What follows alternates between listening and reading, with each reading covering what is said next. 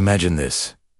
A handsome young man sits under the bright lights of a national TV studio. He's smiling, cracking jokes, charming not only the woman he's competing for, but also the audience watching at home. His confidence oozes through the screen, his charisma undeniable.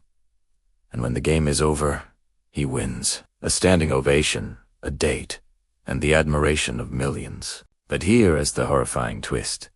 The man on stage that night wasn't just a bachelor looking for love. He was a serial killer, a predator who had already murdered women before he ever walked onto that seat and would continue his spree long after the cameras stopped rolling. His name was Rodney Alcala, and he became infamously known as the dating game killer. Now, stop for a moment and think about that. While the audience laughed and clapped, while the contestant giggled at his answers, nobody in that studio realized they were applauding a murderer. Millions of Americans unknowingly watched a man who was hiding the darkest possible secret behind a charming smile. It's a moment that sends shivers down the spine, because it forces you to ask, how many other monsters are walking among us, smiling, blending in, fooling everyone? Rodney Alcala's story is one of the most disturbing cases in true crime history, because it blends two worlds we never expect to collide, the glitter of entertainment and the horror of murder. On one side, he was the picture of success, an intelligent man, well-spoken, even educated at prestigious universities.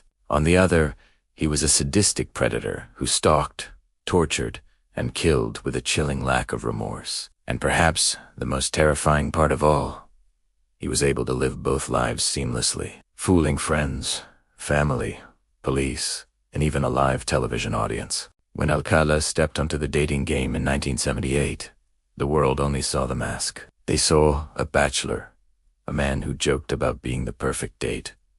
But by then, behind the mask, he had already killed multiple women. By then, he had already perfected his double life. He was a wolf in a designer suit, and nobody noticed the blood beneath the smile. This is why Alcala's story remains so haunting. Because unlike the stereotypical killer hiding in alleys or lurking in the shadows, he was hiding in plain sight. He was standing under the brightest lights, basking in applause, and nobody suspected a thing. He represents a terrifying truth.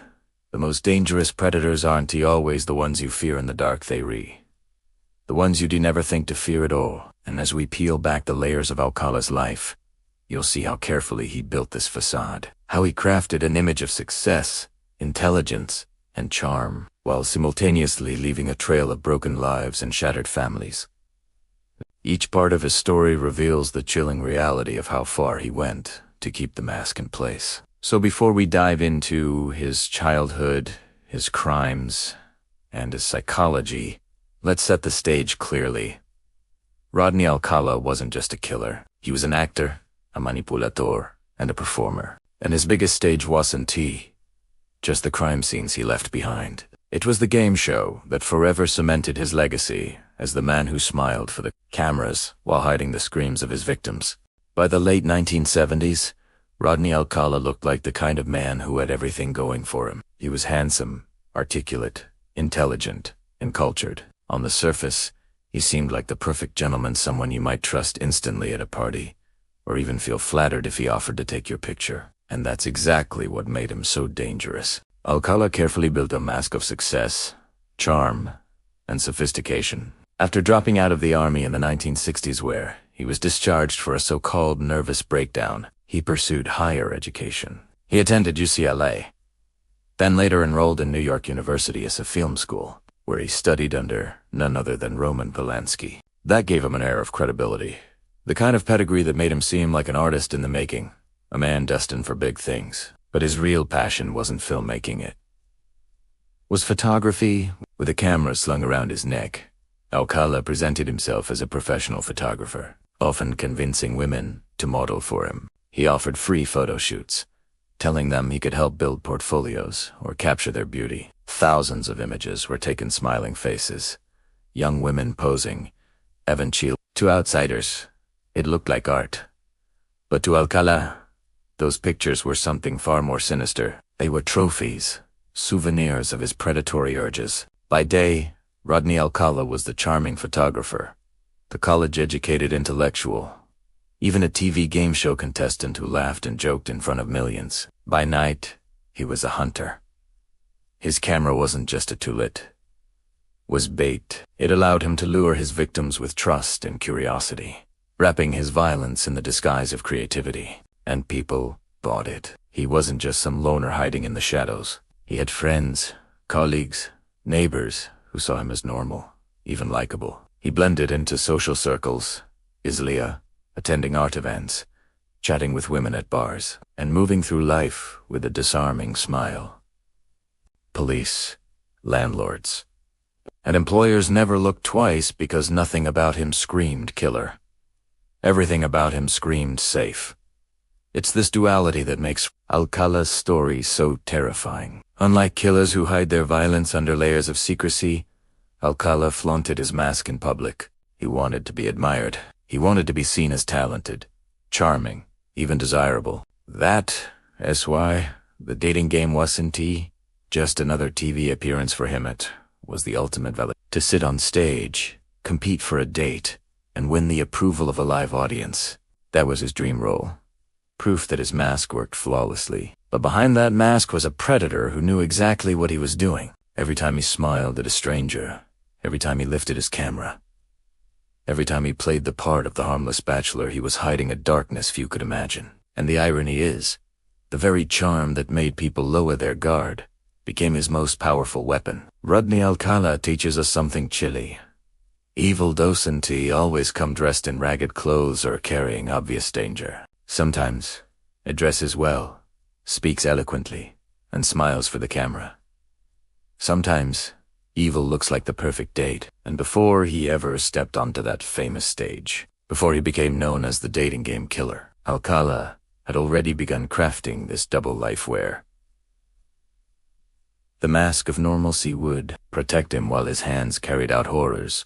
Before Rodney Alcala became the smiling bachelor on national television, before he lured women with promises of photo shoots, he was just a boy one whose early life shaped the predator he would become. Rodney James Alcala was born in 1943 in San Antonio, Texas, into what looked like a typical family at first. But typical didn't last long. When Rodney was still young, his family moved to Mexico, where his father eventually abandoned them. Just like that, his world fractured. A boy who once had the presence of a father suddenly grew up in a household ruled by absence and resentment. His mother was left to raise the children on her own, and Rodney's sensitive, intelligent, and already different absorbed every ounce of anger and instability that came with it. This kind of abandonment leaves scars. For many children, it creates deep trust issues, a fear of rejection, and a desperate need for control. And for Rodney, those scars would later manifest in disturbing ways. Instead of building healthy relationships, he learned to manipulate, to charm, and to hide his insecurities behind performance. As he grew older, people noticed that Rodney was no ordinary kid. He was intelligent, even gifted, but also deeply manipulative. He could lie without blinking, persuade others to follow his lead, and mask his darker thoughts with ease. Behind his boyish charm, there was always something calculating, something cold. By his teenage years, Alcala had already begun showing early signs of predatory behavior. He wasn't just mischievous. He was controlling. He enjoyed having power over situations, bending people to his will, and getting away with things that others couldn't. While some kids tested boundaries for fun, Rodney tested boundaries to see just how much control he could exert. That hunger for control would follow him for life. After high school, Alcala joined the U.S. Army. At first, it looked like he was heading down a respectable path. But once again, the mask cracked. He was discharged in 1964 after what the Army described as a nervous breakdown. In reality, he had already begun showing the kind of psychological instability that would later define him. He couldn't fit into the structure of military life. He couldn't handle authority. And so, he was cut loose, angrier and more unstable than before. But Alcala wasn't the type to retreat into obscurity. Instead, he reinvented himself. He enrolled in UCLA, diving into academia, and later studied film in New York under Roman Polanski. To the outside world, this made him look like a promising young intellectual, a future artist, a man with ambition. To Rodney, it was another role to play. He was learning how to craft an image, how to appear brilliant, cultured, and harmless. But behind the polished exterior, the darkness grew stronger. The abandonment he felt as a child, the manipulative behaviors he practiced as a teen, and the instability he showed in the army were all building blocks. They shaped a man who would one day learn how to lure strangers with charm, to hide behind intellect, and to weaponize trust. Because if there's one thing Rodney Alcala learned early, it was this: appearances can hide anything. And once he realized how easy it was to manipulate people, he began perfecting that skill not just to get what he wanted, but to satisfy a hunger for power that no normal achievement could ever fill. This wasn't just childhood trauma, it was the origin story of a predator. And soon, the world would see how those early scars twisted into violence. By the late 1960s, Rodney Alcala's carefully crafted mask of normalcy began to slip, and what emerged was far more terrifying than anyone could have imagined. It was 1968 in Los Angeles when Alcala committed his first known crime. An 8-year-old girl was walking to school when Rodney, posing as a kind stranger, lured her into his car. What followed was an assault so brutal, so violent, that doctors later said the child barely survived. A passing motorist spotted Alcala leading the girl into his apartment and called police. By the time officers arrived, they found the little girl unconscious, beaten, and near death. Alcala, however, had fled. He was quickly placed on the FBI's most wanted list. For many predators, such an early and public brush with law enforcement would have ended their story right there. But Alcala was different. He was resourceful, intelligent, and manipulative. He slipped away, heading across the country to New York, where he enrolled under a false name at NYS Film School studying under none other than Roman Polanski. Think about the audacity. A man who had just nearly killed a child, hiding in plain sight as a college student, blending into the world of art and cinema. He wasn't just running, he was perfecting the mask. Bate Colden T stay hidden forever. In 1971, 2 young girls recognized him from a wanted poster at a post office. Police moved in and captured him. Finally, it seemed, justice had caught up. But this is where Alcala's story becomes truly chilling, not because of what he did to his victims, but because of what the system failed to do to him. Instead of being locked away for life after his horrific assault on a child, Rodney Alcala struck a deal. He was convicted of child molestation but served just 34 months, less than 3 years, before being released. Why? Because psychologists, swayed by his intelligence and charm, claimed it was rehabilitated. It was the same word society had once used for Jack Unterweger in Austria. Reformed, healed, safe to return to the world. But Rodney Alcala wasn't safe. He wasn't rehabilitated. He was biding his time. Within months of his release, Alcala struck again. In 1974, he was arrested for assaulting another young girl. Once again, he managed to game the system, receiving a light sentence and regaining his freedom after a short stay behind bars. Each time he walked out of prison, he became bolder, smarter, more confident in his ability to charm judges, psychologists, and parole boards. By the mid-1970s, Alcala had escalated from assaults to murder. Young women began disappearing. Women he lured in with promises of free photo sessions, charming smiles, and artistic ambitions. His weapon of choice was not random. He strangled his victims, sometimes until they were unconscious, reviving them and then strangling again. It wasn't just about killing, it was about control, domination, and sadistic pleasure. Alcala was perfecting his double life. By day, a smooth-talking photographer, a college-educated intellectual. By night, a predator, hunting women and children. Each time he got away with it, he grew more confident. Each time he manipulated the system, he reinforced the idea that no matter how violent his crimes, he could always hide behind charm. The most disturbing part, his early victims, like that little girl in 1968, could have been his last. If the justice system had truly recognized the danger, if parole boards hadn't been fooled by his rehearsed performances, Rodney Alcala might have never walked free. But because he was intelligent, articulate, and good at faking reform, he slipped through the cracks and left a trail of victims behind him. This was no longer a story about one violent man. This was the beginning of a story about how charisma can blind justice, how intelligence can mask evil, and how a predator learned to play society like a game. And the scariest part, that game was only just beginning. It was 1978. America was glued to their televisions, tuning into a quirky, lighthearted program called The Dating Game. It was simple, harmless fun. 3 bachelors sitting behind a wall, 1 eligible bachelorette, asking cheeky questions. And at the end, she'd choose her mystery date. The show was a pop culture staple, flirty, playful, and supposedly safe. But on one unforgettable night, a monster slipped into the spotlight. That monster was Rodney Alcala. By this time, Alcala had already been in and out of prison. He had committed assaults, possibly murders, and had a history that should have kept him far from the public eye. But once again, his intelligence and charm worked in his favor. He presented himself as a charismatic bachelor, an accomplished photographer, a man with wit and sophistication, and the producers bought it. To them, he wasn't a predator. He was perfect television. When Alcala walked on stage, he didn't look like a killer. He looked like every woman's dream. Tall, confident, with a mop of thick hair and a mischievous smile. The audience clapped, the music played, and Rodney sat down as bachelor number 1, ready to win over the woman on the other side of the wall. The bachelorette that night was Cheryl Bradshaw, a bubbly actress looking for a fun date. She asked questions designed to reveal personality and humor, questions meant to make the audience laugh, and Alcala played his role too well. When she asked, "What's your best time?" Rodney smirked and replied, "The best time is at night. Night is when it really gets good." The crowd laughed.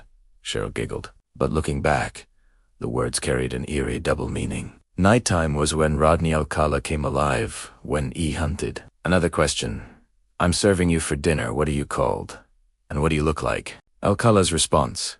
"I'm called the Banana, and I look really good." He leaned in close to the microphone and added, "Peel me."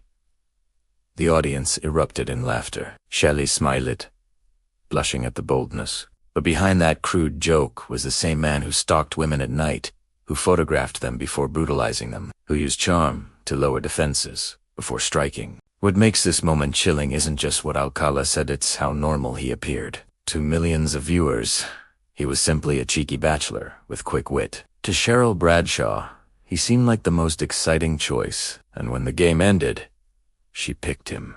Rodney Alcala won. Imagine that for a moment. A convicted child predator. A man already suspected in multiple assaults, being chosen as America's dream that applauded, cheered, celebrated on national television. It was the ultimate mask of normalcy. But here's the twist that adds to the horror.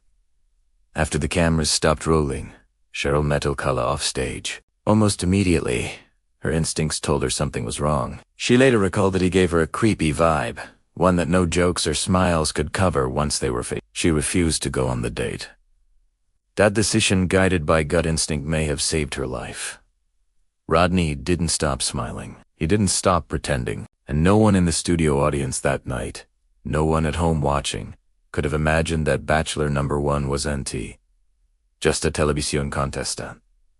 He was already a killer. The dating game was supposed to be about laughter and romance. But in 1978, it accidentally gave a national stage to one of America's most dangerous predators. And the irony, while he was making jokes for TV audiences, women were already vanishing, women who would never be seen alive again. Rodney Alcala didn't just play the dating game.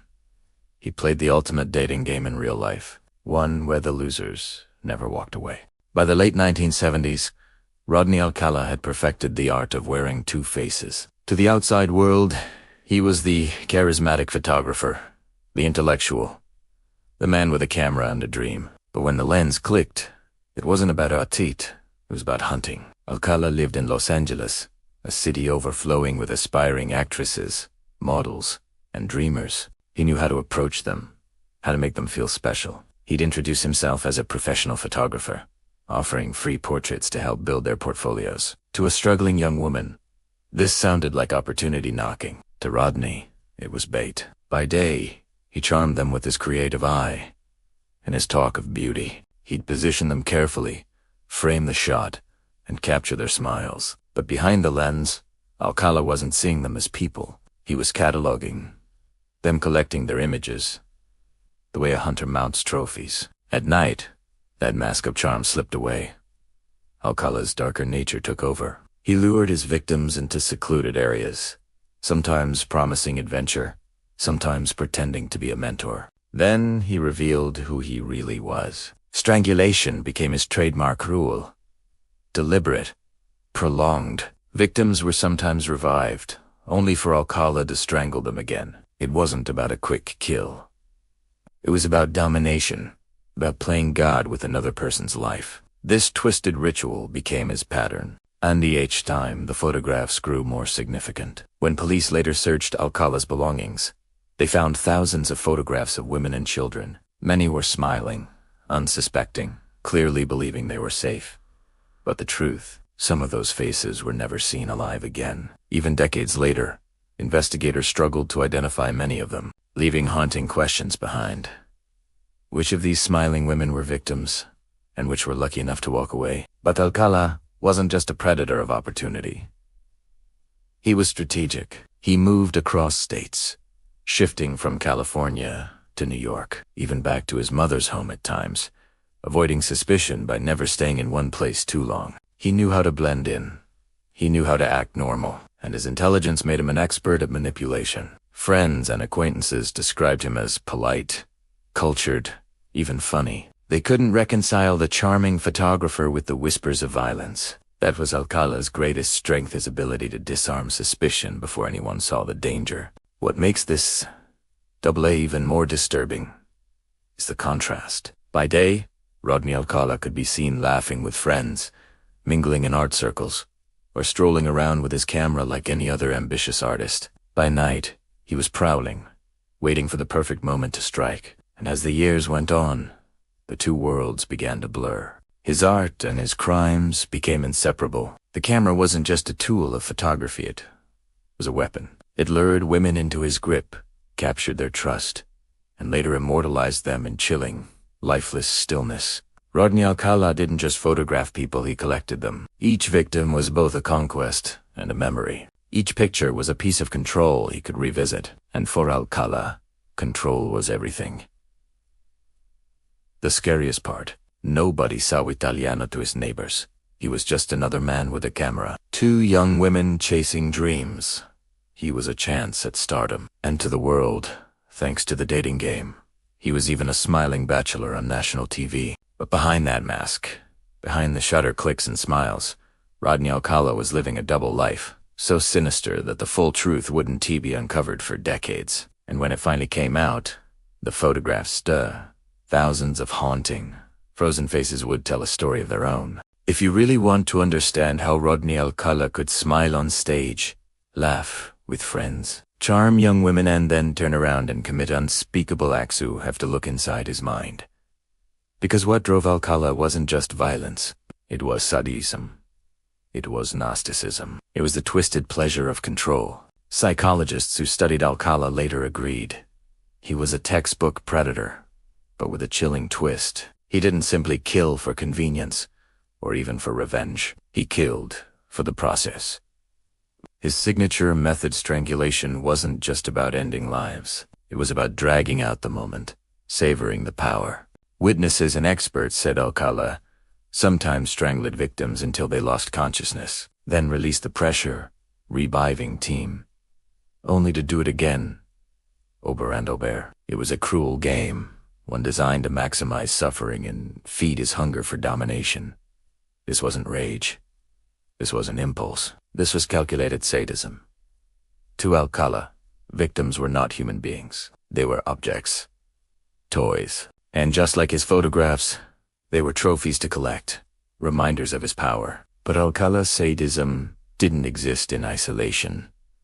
It was intertwined with a powerful narcissism. He believed he was smarter than everyone: judges, parole boards, police, even juries. He manipulated psychologists into declaring him rehabilitated. He convinced casting agents to let him appear on national television. He lived as though rules and morality didn't apply to him. And in a way, he was right, because time and time again, A walked free. That arrogance made him reckless, but also more dangerous. He didn't just want control, he wanted recognition. He wanted to be admired. He wanted to live two lives, one celebrated by society, one fueled by cruelty. The contradiction itself gave him power. To him, hiding in plain sight wasn't risky, it was thrilling. Consider his photography hobby. To most, a camera is a tool for art, for preserving memories.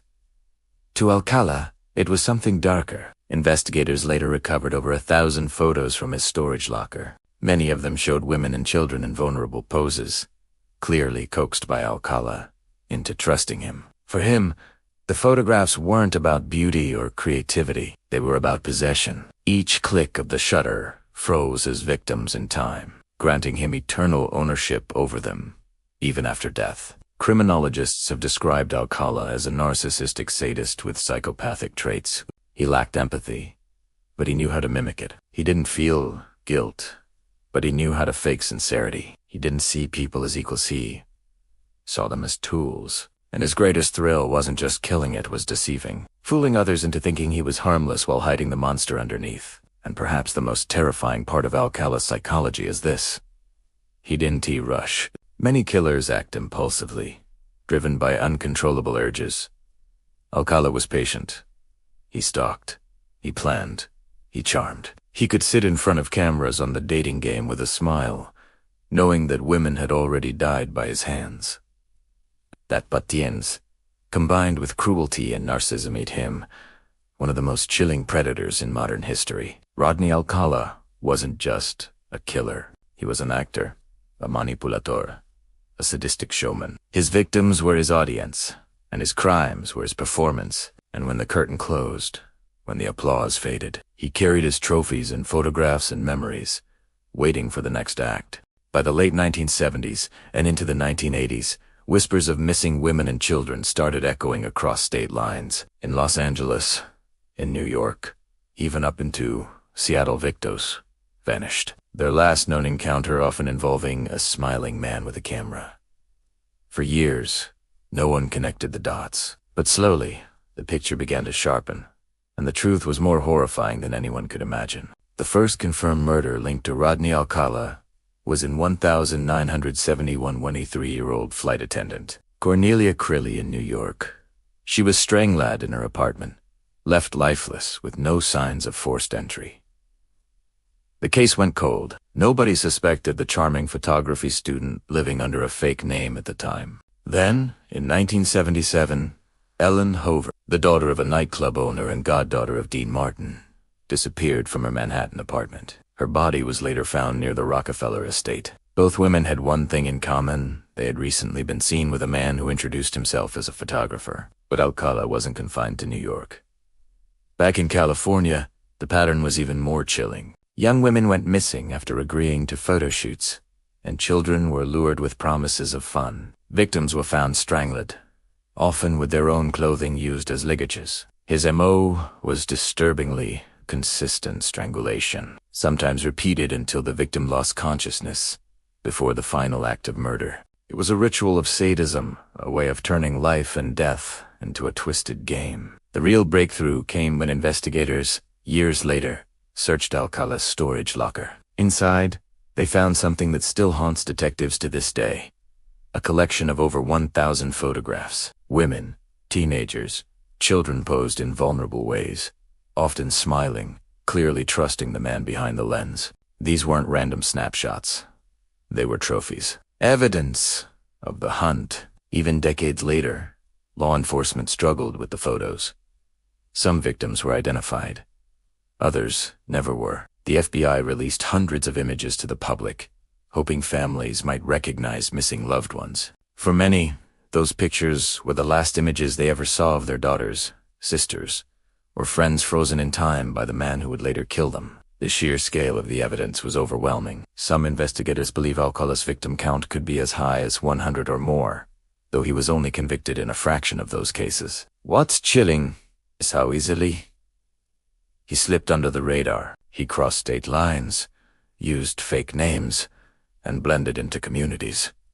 In one city, he was the smiling photographer. In another, he was a graduate student, On national TV, he was a charming bachelor, but behind each disguise, women and children were disappearing. And yet, for years, the murders remained scattered across jurisdictions, isolated cases.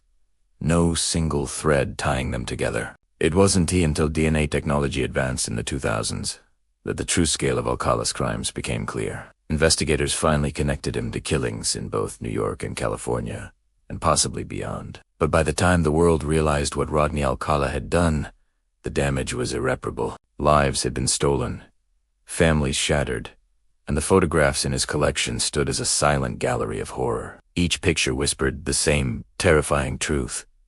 Evil doesn't always wear a mask of rage. Sometimes it smiles. Sometimes it poses you perfectly in front of a camera. And sometimes you don't realize you're in danger until it's too late.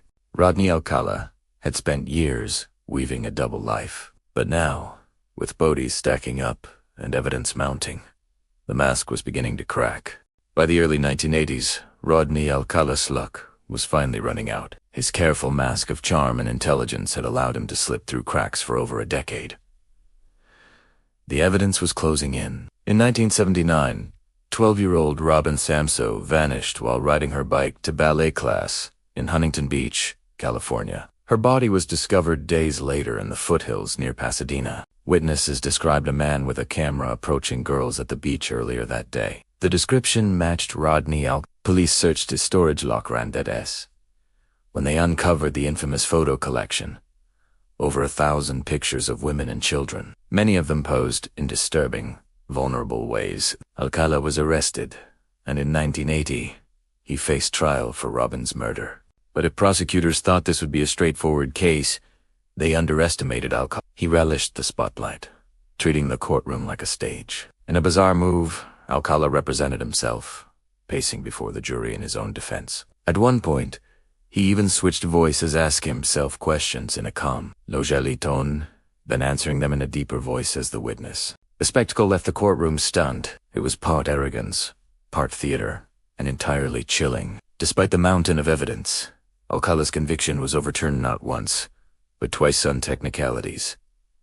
Appeals courts cited procedural errors, including improper use of prior criminal records. Each time, families of victims were forced to relive the horror, watching as the man who destroyed their loved ones' lives bought himself more time. But in 2010, decades after Robin Samso's murder, DNA advancements sealed Alcala's fate. Samples linked him to additional murders: Cornelia Creeley and Ellen Hover in New York, along with several women in California. The smiling bachelor from the dating game was now formally tied to at least 5 murders across 2 states, though investigators suspected many more. The trial was unlike anything seen before. Jurors listened as prosecutors detailed the sadistic manner of Alcala's killing, strangling his victims, reviving them, and strangling them again. They saw the disturbing photographs, hundreds of unidentified women frozen in Alcala's twisted version of art. Each picture was a reminder of how many stories might never be fully uncovered. In court, Alcala remained as smug and confident as ever. He cross-examined witnesses, mocked prosecutors, and presented rambling arguments. His Gnosticism was on full display. Even with the weight of multiple murders pressing down on him, he acted as though he could still outsmart everyone in the room. But this time the jury saw through him. In 2010, Rodney Alcala was convicted of 5 murders and sentenced to death. Later, he would be indicted in New York for the additional killings of Creeley and Hover, pleading guilty in 2012. By then, his death sentence in California ensured he would never walk free again. For families, it was a bittersweet victory. After decades of waiting, justice had arrived, but the scars remained. The photographs, the unanswered questions, the possibility of dozens of unidentified victims. It was a legacy of pain that stretched far beyond the courtroom. Rodney Alcala's trial wasn't just about one man. It was about the terrifying truth that charisma and intelligence can mask pure evil, that a smiling contestant on a dating show could also be a sadistic killer, and that sometimes justice takes far too long to catch up. Rodney Alcala never made it to the execution chamber. For years, he sat on California's death row, appealing, waiting, scheming. But in 2021, at the age of 77, He died of natural causes inside prison walls. Who's like that? The man once called the most charming monster on television took his secrets to the grave. But what remains is even more haunting than his death. The unanswered questions, because when investigators searched his storage locker, they didn't just find 5 victims, or 10, or 20. They found over 1,000 photographs, women, teenagers, and even children, many never identified. Some of those faces were later confirmed as missing persons. Others remain unknown to this day. Did they survive Rodney Alcala, or are they still part of his hidden tally of victims? No one knows for sure. The FBI has called Alcala a killing machine, and for good reason. Unlike most serial killers, who leave behind predictable patterns, Alcala thrived in chaos. He killed in California, New York, possibly other states. He struck in the 1960s, 70s, and beyond. He manipulated parole boards, charmed talk show audiences, and mocked the justice system for decades. Every time people thought they had him figured out, he slipped through another crack. But perhaps the most chilling part of his legacy isn't just the body count. It's the fact that for a moment in history, millions of Americans watched him smile, joke, and flirt on national television, the dating game, without realizing they were looking into the face of a predator. The studio audience laughed. The host cracked jokes. The female contestant even picked him as her winning date. Behind that applause, behind the lights and cameras, Alcala had already taken lives, and he wasn't done yet. Rodney Alcala reminds us of a terrifying truth. Evil doesn't always lurk in shadows. Sometimes it wears a suit, holds a camera, and tells you exactly what you want to hear. Sometimes it smiles right at you, and you don't see the danger until it's too late. Even now, long after his death, law enforcement still circulates those photos, hoping to identify the women and children in them. Each new name added to Alcala's list is a reminder that the true scale of his violence may never be fully known. In the end, the so-called dating game killer left behind not just fear, but a legacy of deception. He fooled parole boards. He fooled producers. He fooled America. But in the end, time revealed him for what he truly was, a predator hiding in plain sight. And that's why Rodney Alcala's story still resonates. It forces us to ask, how many smiles, how many charming faces are masks for something far darker? The story of Rodney Alcala proves that the most terrifying killers aren't the ones lurking in dark alley, the ones who blend in, who win your trust, who make you laugh. If this story shook you, make sure you subscribe, because there are more monsters hiding behind masks of normalcy, and their stories are coming next.